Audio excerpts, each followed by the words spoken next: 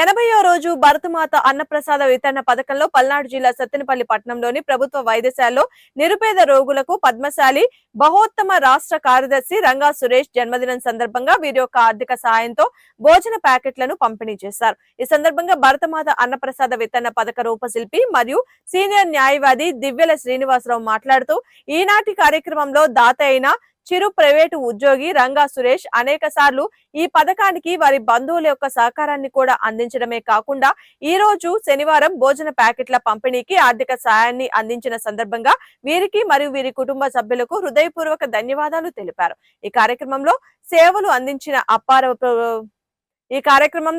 అందించిన అప్పాపురపు నరేంద్ర మరియు నాలం భాస్కర్లకు కూడా హృదయపూర్వక ధన్యవాదాలు తెలిపారు.